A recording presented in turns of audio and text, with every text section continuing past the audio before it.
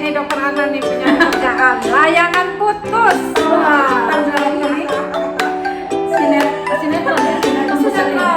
Sinetron besar ya? Sekarang sudah 7B dong. Saya nggak tahu. Kalau sobat cerita Ana, mudah-mudahan nggak bosan ya. Kalau orang yang sudah ikutin cerita Ana sebelumnya udah tahu di sebelah saya ini adalah bintang tamu yang sangat menarik. Padahal yang punya channelnya lebih menarik buat saya. Tapi saya tuh suka banget karena kalau beda pendapat itu selalu belak-belakan, itu Bidanisa Anissa Puspitasari. Nah ini Mbak, setelah kita tahu kuis kepribadian ya, episode sebelumnya itu bahwa Mbak Nisa ini tipikalnya ternyata orang yang introvert. Pasti kita pengen tahu orang introvert itu berpikir terhadap sesuatu hal itu seperti apa. Walaupun kelihatannya extrovert, ternyata dia introvert, sensi mengambil data mengambil putusan berdasarkan data, dan ternyata tipikal orang yang banyak mikir. Yeah. Nah ini ada 5 kartu. Baik dok. Nah, pilih kartunya dan berikan pendapat terhadap tulisan yang ada di kartu ini. Ada isi duit dok. Iya, ini angpau, tapi mohon maaf lahir dan batin. Ini nggak ada berhubungan dengan Imlek dan tidak ada saya yang isinya uang. Saya juga berpikir, ini Kanisa kalau lihat ini pasti mikirnya duit. Oke, kalau nanti waktunya cukup kita pilih 3, tapi kalau nggak cukup kita pilih 2. Baik dok. Ini nggak janjian kan? Nggak tahu yang mana dipilih kan? Nggak tahu juga isinya apa ya? Iya, saya kasih tahu. Ini nggak tahu isinya apa sama sekali. Kanisa ini spontan, baru baca di sini dan nggak janjian dan tahu sedikit pun tulisannya apa nggak tahu. Pilih tengah dok. Ya, oke, buka dulu. Oh saya buka. Baca tentang kekerasan terhadap tenaga kesehatan. Oke, tentang kekerasan terhadap tenaga kesehatan. Miris sekali ya pendapatnya Nisa. Beberapa tahun ini kan banyak nih, apalagi semenjak zaman COVID-19, banyak sekali keluarga pasien, masyarakat awam yang nggak bisa terima kenyataan bahwa COVID ini adalah penyakit yang menakutkan. Sehingga sifat emosinya terhadap keadaan itu kan penerimaannya ada yang temperamen, ada yang keras, dan saya kekerasannya itu diberikannya bukan ke medis. Iya, medis. Gimana medis? Prihatin ya? Iya loh dok. Prihatin dok. Prihatin ya? Iya.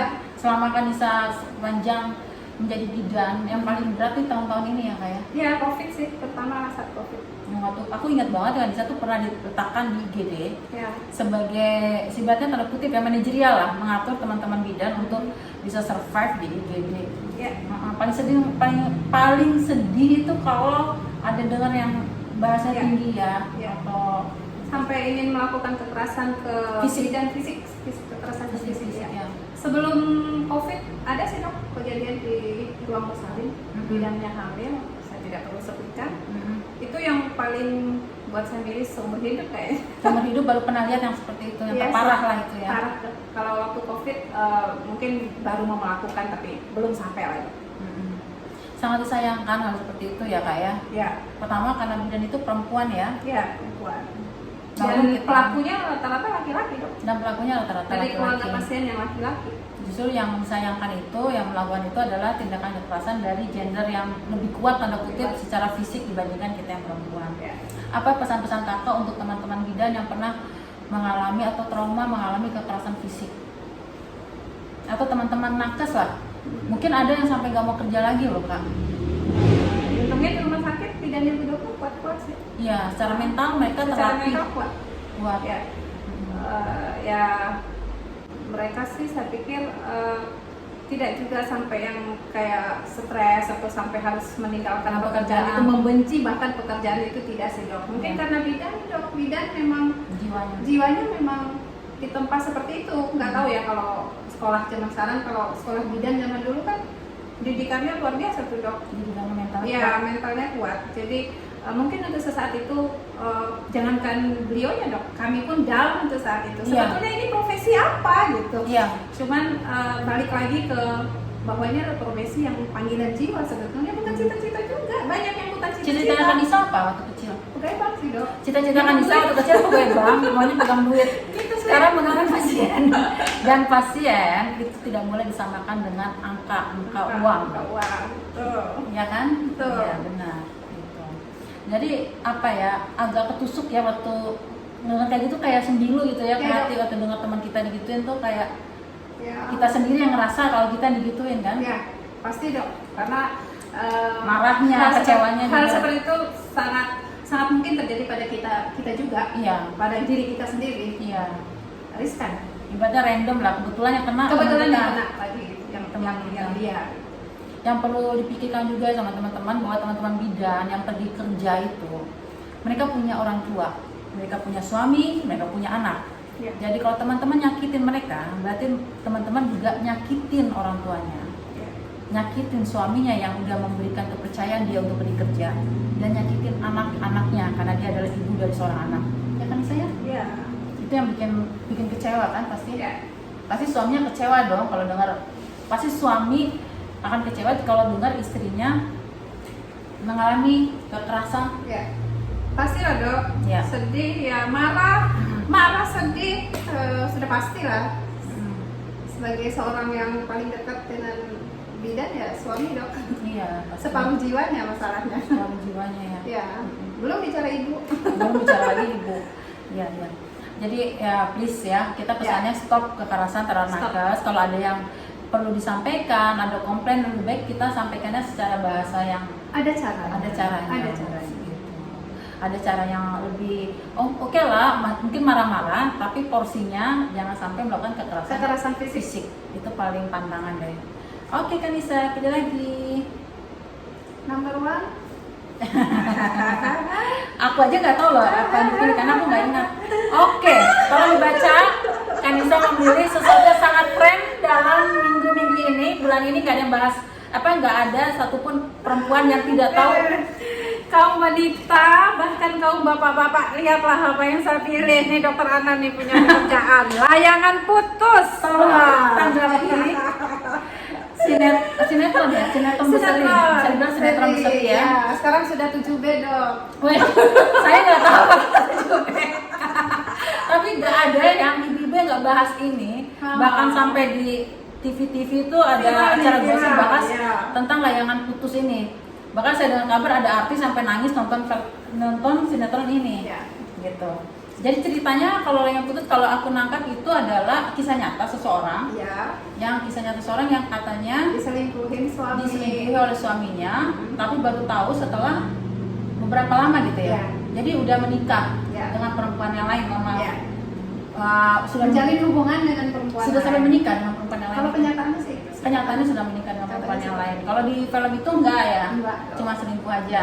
Jadi ada mirip-mirip ceritanya. Inspirasinya dari sana. Dari situ. Inspirasinya dari seorang perempuan yang kuat menghadapi cobaan selingkuh sehingga dia curhat dia di Facebook ya waktu itu atau di novel curhatnya. Saya malah kisah aslinya baru dengar sekarang ini sudah tadinya sih. Tapi nonton sinetronnya, ngikutin di YouTube.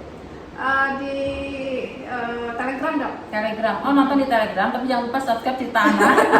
Karena saya bahas tentang yang putus. Apa tanggapan Kanisa bahwa ada seorang perempuan yang satu sisi, ada dua perempuan yang satu sisi menjadi sosok yang diselingkuhi, yang satu sisi adalah sosok perempuan yang mohon maaf mengambil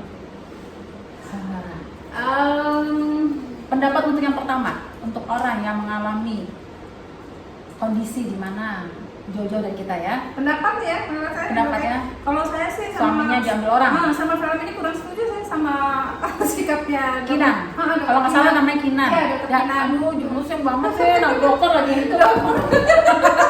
Dia dokter ya kalau di film ini. Kalau nggak salah kisah nyatanya itu saya pernah baca sih dengar dokter gigi. Iya, dokter juga. Gitu. Kinan itu suaminya diambil orang yang kebetulan nama suaminya Aris kalau saya nggak salah. Iya, Aris. Gitu. Itu gimana pendapat kakak kalau ada perempuan yang mengalami hal seperti Kinan? Apa yang mau kakak sampaikan buat orang itu? Kalau saya sih, kalau suami sudah nggak suka, udah ada wanita lain, mending ditinggalkan aja dok. Kalau menurut Kanisa, pendapat orang beda-beda loh ibu ya, mbak, bapak. Saya. Kalau bapak jangan jadi konflik sama ibu di rumah. Ini pendapatnya Kanisa. Kalau perempuan itu merasa suaminya sudah tidak menyukai, kan dia berjuang untuk anaknya. Katanya dia prefer kalau Kanisa ya udahlah pesannya tinggalin aja. Anaknya Iya. satu tuh di film. Kalau saya begini sih dong, kalau rumah tangga seperti itu saya juga nggak bisa konsentrasi untuk membesarkan anak saya. Padahal pada kenyataannya bahwa ibulah yang lebih besar perannya. Tidak mengesampingkan ada suami yang lebih berperan mengurus anak. Tapi kalau saya sendiri mengalami ya saya sendiri yang lebih berperan. Ibu saya juga lebih peran terhadap membesarkan anak-anak. Jadi saya pikir suami istri hubungan yang disahkan dalam satu pernikahan saja, tidak ada darah, istilahnya hanya campur darah minyak gitu. Ya sudahlah, kalau memang si lakinya sudah tidak suka sama kita, silakan berlepas saja. Jadi Kanisa ini tipikal orang yang komitmennya dipegang kuat. Ya. Jadi kalau sekalinya diputus dikit, bye. Ya, karena kalau kepercayaan dihianati itu saya kayaknya nggak bisa deh dok. Ada orang yang nggak bisa toleran, Ya. ada orang yang mungkin bisa toleran, mungkin bahasa seperti itu. Dan kebanyakan wanita tidak toleransi dengan suaminya kalau sampai diambil. Orang kan di film itu diambil kan, bukan cuma Diambil dok, sampai diambil. diambil. Bukan cuma say hello, hey kabar. Bukan. Diambil kandungan dari mana? Yang B, apa pesan Kanisa untuk wanita-wanita yang mengambil suami orang? Tidak kotor. I say no. Ya, untuk wanita yang sekarang pada posisi itu, apa pesan Kanisa? Ya Coba tolong dengar orang-orang yang cepat sedang sadar aja. Cepat sadar. cepat sadar. Ya, masa depan tuh masih panjang untuk seorang di film itu gadis loh ya, gadis cantik, punya profesi yang luar biasa, pendidikan tinggi, Psikolog ya? Psikolog. Kalau saya di film. Iya, masa depan yang lebih baik ketimbang menggoda suaminya ada perkintan. Saya pikirnya gitu sih. Oke, pilih satu lagi nih Kanisa. Karena tadi belum terakhir. Ini yang terakhir ya. Terakhir. Nanti gua tanya buat bintang tamu berikutnya, ditambahkan dengan film-film. Bullying di medsos. Nah, ini buat teman-teman yang merasa suka bully atau menghina orang di media sosial secara jelas, bahkan sampai yang menghina secara fisik. Bahkan pernah loh di profesi kita dihina double triple. Nah, perawat kena, bidan kena, dokternya kena, semua dihina secara fisik. Ayo, apa kan bisa buat pesan orang-orang yang suka membuli orang lain? Coba mikir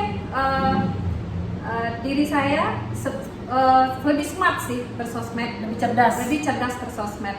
Sebaiknya sebelum jari mengetik, mungkin ada baiknya dipikirkan dulu.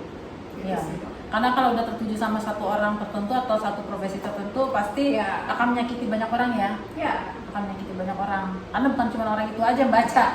Ya, media sosial itu kan ibaratnya nembus semua belahan di muka bumi ini. Dunia, Kita nggak ya. tahu ke planet lain mungkin belum ya. Teman kalau dunia masih namanya bumi.